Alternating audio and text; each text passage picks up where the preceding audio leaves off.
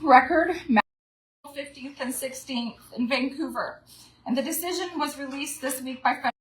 The current health of our 400 healthy animals. Any new we are in a fight for these animals that hold way more value alive than they do dead. By accepting their dead carcasses into this landfill, you can set a precedence. Because we have a recovered flock, we can set a precedence with all of your power and all of your seats and everything that we stand for here today, and all the voice from across our country and the global attention that this is getting. We can set a precedence. Our animals are happy, they're healthy, they're laying eggs, they're beautiful, and we are being restricted the chance from retesting our animals to prove to you as the public that they are recovered. We are being threatened 6 months in jail and $250,000 fine to bring you that evidence. So where do we stop this? We stop it at Universal Ostrich Farms. Please say no.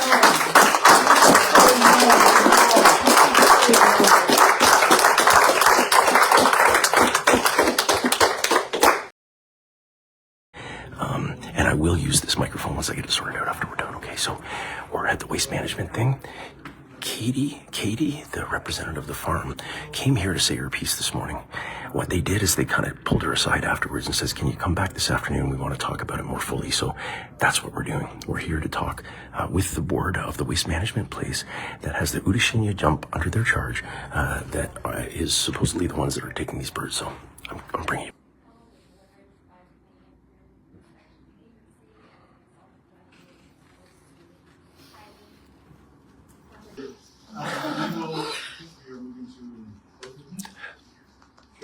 The meeting be closed to the public as per the verbiage in the agenda.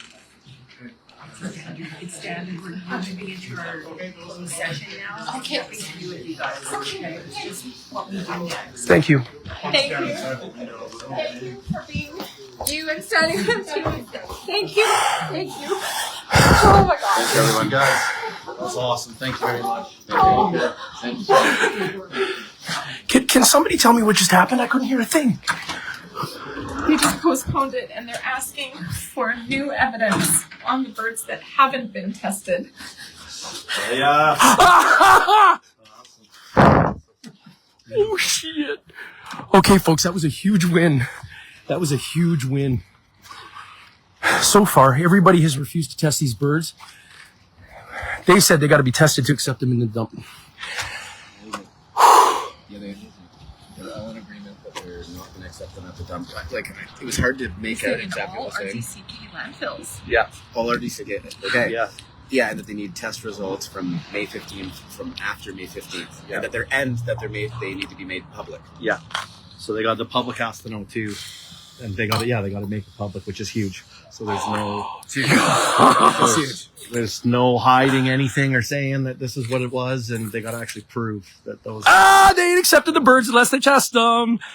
Knowledge, like honestly, like we went in there, made our voices heard. We were clear, we were respectful, and they really, how can I say it? I just want to acknowledge the RDCK. Absolutely. For listening to us. Yeah. And for speaking to us after the meeting. Yeah. And for really hearing us and spending time on this issue and like really bringing their hearts into the process, not just process, but bringing their passion into it. And, And they obviously commenced too their Yeah. meeting, right? They spent their lunch hour That's right. talking together, acknowledging everything that everyone was saying. But the biggest part of this whole thing is because people had a voice. that's right. Absolutely. That's what right. made the Yeah, yeah. decision. That's right. Because they really did not have a lot of choice and leeway here because they had so much power nationwide that people are standing up and speaking out. Amen. That's what made this happen. Absolutely. Yes. Yeah. Absolutely. Amen. So this is what level of governance is this? This is under provincial level. Under provincial level. So we're at the regional district of Central Kootenay. Yes. So this is the next step below provincial legislature, and then the step above that is federal. So thank you, Farrell. Thank you, folks. Hey, look, I know you might not kind of understand what just happened here. Okay, so we came up to the RDCK, I think it is, the Regional District of Central Kootenay. Okay, so that's the building there, and we came here so that Katie, the representative from the ostrich farm, could go in and tell everybody what the story was. It was, and that video was just put out earlier today. You should go check it out. It was an impassioned plea that obviously hit the hearts of the board members. They called her back in the afternoon, and the very first order of business that they called back on was that in order to accept these into any dumps, they made a decision. They're not going to do it without testing the birds. Now, here's the thing. This family has wanted to test the birds from the beginning, but they didn't want to break the law.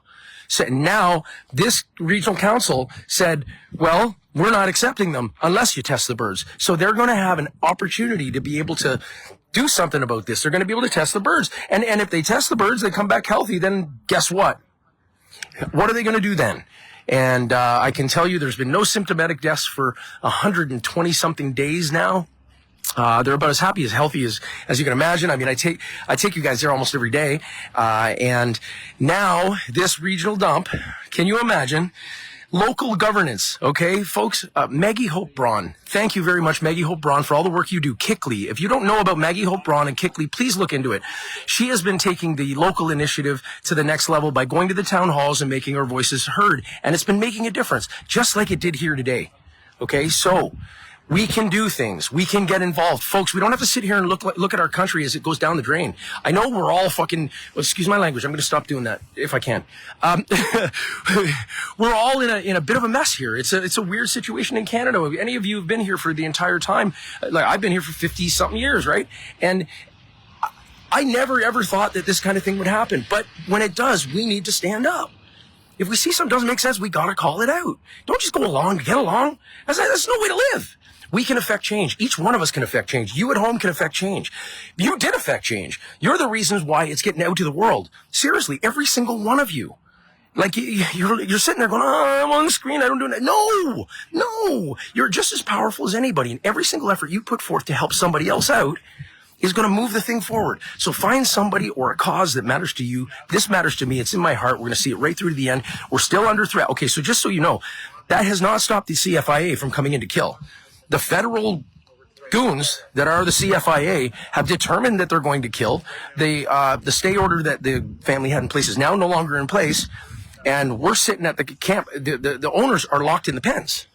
Okay, so this is the threat is still very real, but this is one small step towards some common sense happening. In that the landfills just aren't going to accept the dead bodies, not without testing. And all this families wanted is to test it. And yes, it is illegal to kill these birds. There's all kinds of laws against it. If an individual kills a healthy animal, unwittingly or wittingly, they can be held liable. We have liability forms for everybody who's going to any other people that are going to come in there and kill them. Now, the chances are they won't kill them on site. Chances are they'll come in with cattle liners and big police escort, herd them up and let them go. Well, they're going to have a harder time now because the owners are in the pens. We've got I don't even know how many people are over at the farm now. There was 100 when we left, and there's more and more convoys showing up all the time. Ladies and gentlemen, this might be a chance for you to get with other people who are actually doing something, making a difference, and you'll be able to look in their eyes and you'll be able to feel their hearts, and you'll be able to realize that we're okay, and we will be okay. We've got to band together. We've got to help each other. So